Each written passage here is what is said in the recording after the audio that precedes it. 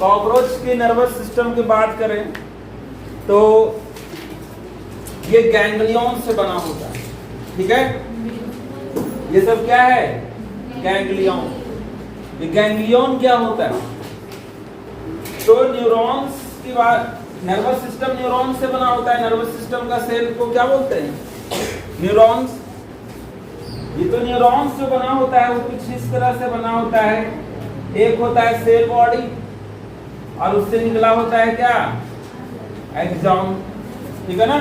इस तरह से होता है, सिंपल अगर स्ट्रक्चर बनाए। इसमें सारे कनेक्शंस होते हैं डेंड्राइट्स के। इस तरह का न्यूरॉन देखता है। तो इसको बोलते हैं सेल बॉडी और इसको बोलते हैं एक्सॉन। दो पार्ट होता है बड़ा बड़ा, सेल बॉडी और एक्सॉन। तो जहां पर सेल बॉडी बहुत सारा एक जगह जमा हो गया होगा, ग्रुप ऑफ सेल बॉडी। तो सेल बॉडी जहां पर बहुत सारा जमा हुआ होगा उसको बोलते थे ये क्या? गैंग्लियन। उसी को बोले हैं गैंग्लियन। देखो यहाँ पर बहुत सारे क्या है? सेल बॉडीज जमा हुआ है, ठीक है ना। और उससे नर्व फाइबर्स निकल रहे हैं, ठीक है। तो ऐसा ऐसा गैंग्लियन कितना है? 3 ganglias lies in the thorax. 3 thorax region में है। ये थोरैकिक रीजन है ना, 3 थोरैक्स रीजन में है और 6 इन द एब्डोमेन। बाकी का जो 6 है वो किसमें है?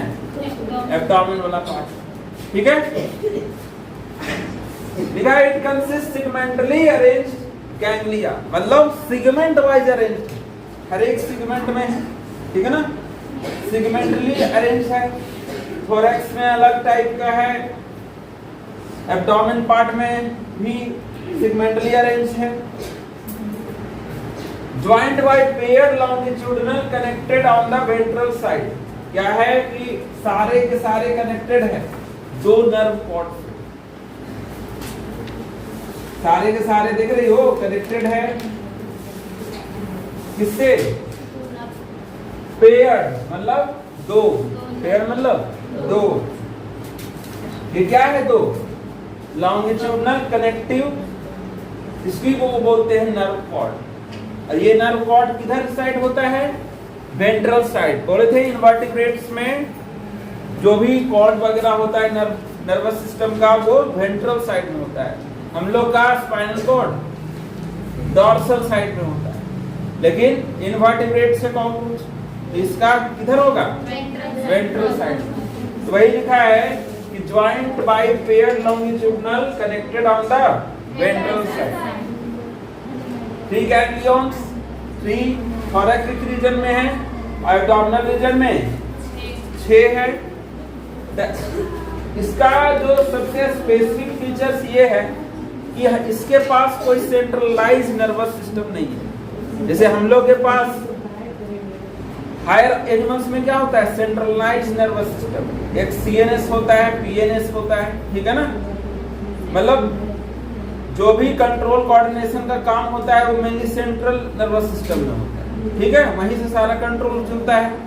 लेकिन यहाँ पर वैसा कुछ सेंट्रलाइज नर्वस सिस्टम नहीं है, कोई ऐसा सेंटर नहीं है जहाँ पर सिर्फ कंट्रोल होगा। ऐसा इसके पास कोई एक जगह ब्रेन नहीं है कि वहीं से सब कंट्रोल होगा, ठीक है ना। देखो पूरे बॉडी में फैला हुआ है इसका नर्वस सिस्टम, जो भी है क्या है? पूरे बॉडी में फैला हुआ। यहाँ भी गैंग्लियन, यहाँ पर भी, यहाँ पर भी, यहाँ पर भी, ठीक है। तो वही लिखा था head only a bit of the nervous system.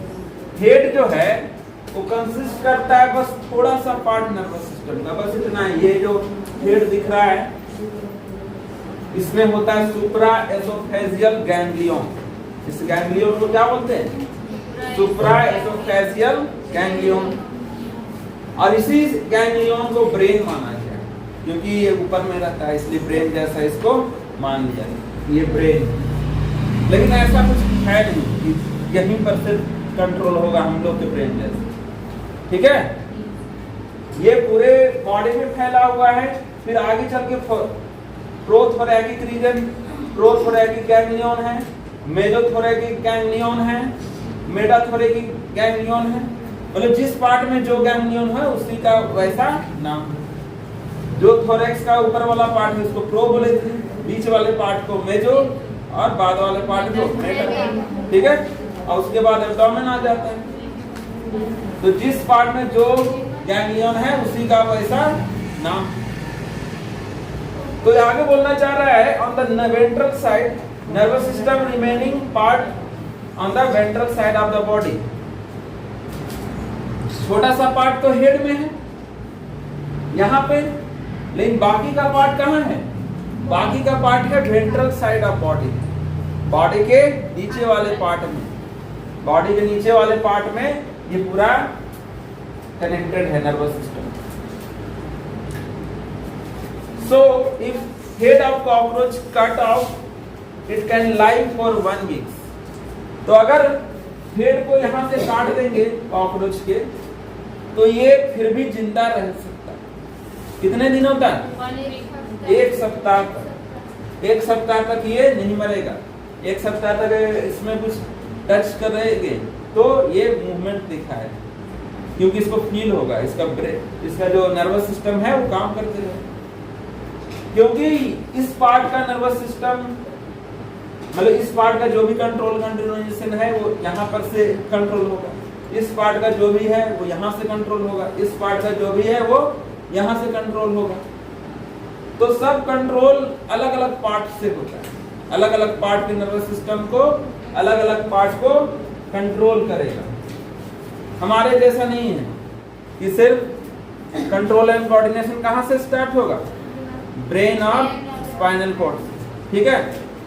यहाँ पर सब बटा हुआ है पूरे बॉडी में, इसलिए अगर हेड को काट भी देंगे तो ये तुरंत मरेगा नहीं, क्योंकि इसका बाकी का नर्वस सिस्टम तो काम ही कर रहा है। लेकिन हम लोग का हेड अगर काट दिया जाए तो मेन नर्वस सिस्टम से कनेक्शन खत्म हो जाएगा, इसलिए हम लोग मर जाते हैं, ठीक है ना।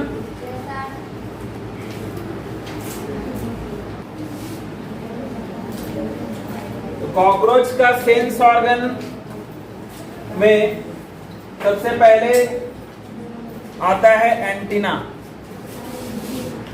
एंटीना दो आगे की ओर निकला हुआ होता है। कॉकरोच का स्ट्रक्चर लंबा सा धागे के जैसा, और वही कहलाता एंटीना। वो एंटीना से क्या करता है? बाहर का जो भी इन्वायरमेंट में हलचल है उसको सेंस करता है, उसका पता लगाता है कि बाहर में क्या चल रहा है, ठीक है ना। क्योंकि आंख से तो उतना दिखता नहीं है, तो उससे साउंड का, वाइब्रेशन का, किसी तरह का भी हलचल हो इन्वायरमेंट में, आसपास के इन्वायरमेंट में, तो वो पता लगा लेगा किसके थ्रू? एंटीना के थ्रू। दूसरा सेंस ऑर्गन है कंपाउंड आई। इसका आई सिंपल नहीं है, हम लोग के जैसा सिंपल नहीं है। इसका आई कंपाउंड है, मतलब बहुत सारे आंख का मिश्रण है। कंपाउंड मतलब क्या होता है? एक तरह से मिश्रण। क्या चीज का मिश्रण है? 2000 हेक्सागोनल ओमाटिडिया, मतलब इसके आंख में छोटे छोटे ओमाटिडिया होते हैं जो देखने में मदद करते हैं, ठीक है ना। हम लोग के जैसा एक लेंस नहीं है जिससे पूरा का पूरा इमेज एक साथ दिख जाए। जिसके पास छोटे छोटे हेक्सागोनल, हेक्सागोनल मतलब ऐसा नहीं कि गोल गोल है, अंदर में क्या है? हेक्सागोनल, 6 साइड वाला हेक्सागोनल ओमाटिडिया है, जिसके वजह से ये देख पाता है। और कैसा देख पाता है? By this ommatidia it receives several image of an object, मतलब कोई भी ऑब्जेक्ट हो, सामने कुछ भी हो, उसका ये बहुत सारा इमेज बना, उसका ये बहुत सारा इमेज बना, हर एक ओमाटिडिया से इमेज बनेगा और सबको एक साथ कनेक्ट करने की कोशिश करेगा इसका नर्वस सिस्टम, और उसको सेंस कराएगा कि सामने कुछ है, लेकिन वो क्लियरली नहीं बता पाए। Have less resolution. रिजोल्यूशन मतलब उसको क्लियरली पता नहीं चलता है। जैसे कि कोई लो क्वालिटी का कैमरा से फोटो खींचे और एक हाई क्वालिटी के कैमरा से फोटो खींचे, दोनों में रिजोल्यूशन का फर्क होता है, क्लियरिटी, जिससे क्लियरिटी आता है। ठीक है ना। कोई सस्ता कैमरा से फोटो खींचा हुआ देखती हो ना, सब ब्लर दिखता है, लेकिन कोई हाई क्वालिटी कैमरा से उसका रिजोल्यूशन हाई होता है तो उससे क्लियरली नजर आता है। तो वैसे ही इसका जो आंख का रिजोल्यूशन है, इसका रिजोल्यूशन कम है, लेकिन सेंसिटिविटी बहुत ज्यादा है। सेंसिटिविटी इतना है कि रात में भी कोई लाइट थोड़ा सा भी पड़ेगा इसके आंख पे तो पता लगा, उसको सेंस हो जाएगा। हम लोग को रात में नहीं दिखता है क्योंकि हम लोग को थोड़ा सेंसिटिविटी कम है, लेकिन रिजोल्यूशन हाई है, बहुत ज्यादा रिजोल्यूशन, ठीक है ना। लेकिन इसके पास क्या है, रिजोल्यूशन कम, क्लियरिटी इसको कुछ क्लियर दिखता नहीं है, लेकिन लाइट थोड़ा सा भी पड़ेगा तो इसको पता चल जाएगा कि लाइट पड़ा है, ठीक है ना। वही लिखे हैं, eyes are more sensitive but less resolution, resolution कम है, क्लियरिटी जिससे बोलते हैं, क्लियरिटी कम है। तो कॉकरोच आर नॉकटर्नल, इसीलिए कॉकरोच दिन में नहीं निकलता है, रात में, क्योंकि दिन में लाइट तो बहुत आएगा उसके आंख पे, लेकिन कुछ भी क्लियरली नहीं दिखेगा, ठीक है ना। लेकिन रात में कम लाइट आएगा और थोड़ा सा भी लाइट को डिटेक्ट कर लेगा। उसको थोड़ी ना ये पहचानना है कि सामने वाला कौन है, राम है कि श्याम है, उसके सामने पता बस चलना है कि सामने कुछ है, अगर है तो उधर नहीं जाएगा, ठीक है ना। उसको पहचानने से क्या मतलब, हम लोग के जैसा थोड़ी ना कि सबको पहचानते हैं कि इसको ये बोलते हैं, उसको वो बोलते हैं, उसको ये सबसे मतलब नहीं है। उसको बस सामने देखना है कि किस तरह का चीज है, मतलब एक अनुमान लग जाता है। तो क्लियरिटी से उसको लेना देना नहीं है, बस सामने कुछ दिखना चाहिए। तो आईज आर मोर सेंसिटिव, इसीलिए नॉकटर्नल है, रात में दिखता है, नॉकटर्नल विजन। और इस विजन को मोज़ेक विजन भी बोलते हैं क्योंकि इसका विजन जो है क्लियर नहीं होता है, क्लियर नहीं होता। बहुत सारे ओमाटिडिया से बहुत सारे इमेज बनते हैं, तो किसी भी चीज का बहुत सारा इमेज एक साथ तुम्हें दिखने लगेगा तो क्लियर पता नहीं चलेगा कि वो है क्या, ठीक है। अब एंटीना और आईज के अलावा और भी सेंसरी ऑर्गन है इसके पास, जिसको बोलते हैं मैक्सिला के पास होता है मैक्सिलरी पल्प, लैबिया यानी कि लोअर लिप के पास होता है लैबियल पल्प, और पीछे होता है, मतलब पीछे से कुछ डिटेक्ट करना है तो वो क्या है, पेनल सर्कल। ये सब भी सेंस ऑर्गन का काम करते हैं, ठीक है।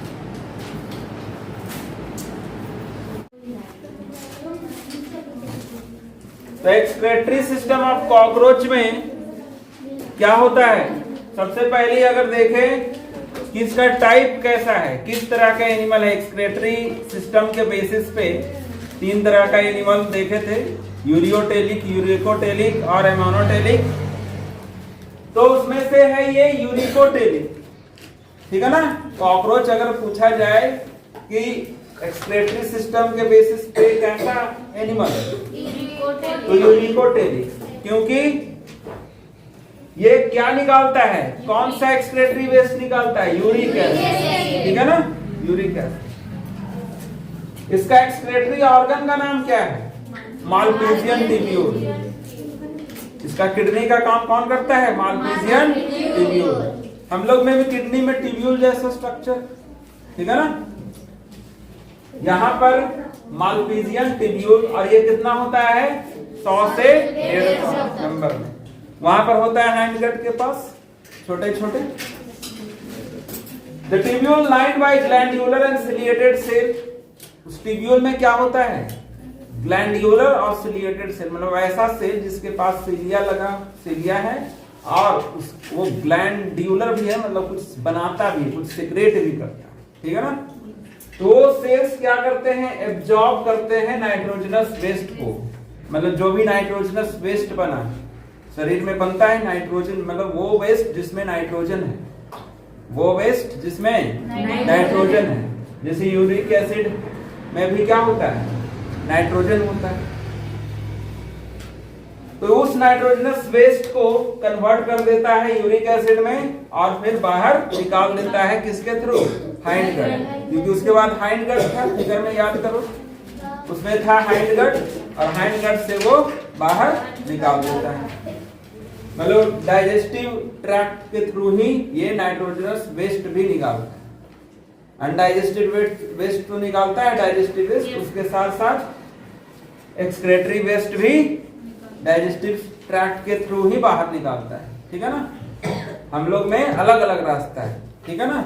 हायर एनिमल्स में अलग अलग रास्ता होता है, लेकिन इसमें एक ही रास्ता है। यहाँ तक मेढक में भी तो एक ही रास्ता था, फ्रॉग में भी, उसमें क्या था, क्लोएका।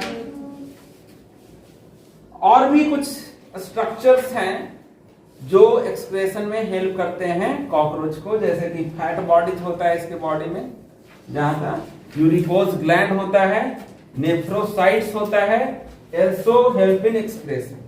ये सब भी एक्सक्रेशन में हेल्प करते हैं। लेकिन मेन कौन है, मालपीजियन ट्यूब्यूल। ठीक है। एक लास्ट पॉइंट याद रखना है कि ये जो है ट्रांसमिट करता है कुछ डिजीज को, मतलब बीमारी फैलाता है। इसीलिए कॉकरोच से बच के रहना चाहिए, मतलब उसको खाने पीने की चीजों के कांटेक्ट में नहीं आने देना चाहिए, नहीं तो वो क्या ट्रांसमिट करेगा, बैक्टीरियल डिजीज, बैक्टीरिया से होने वाला बीमारी को फैलाएगा, जैसे कि cholera, diarrhoea, cholera, typhoid, tuberculosis. Typhoid भी फैलाता है, कॉलरा भी और ट्यूबरकुलोसिस भी। ये सब बीमारी गंदगी से होने वाला बीमारी है, तो ये गंदगी को फैलाता है, ठीक है ना, तो डिजीज को फैलाने में हेल्प करता है।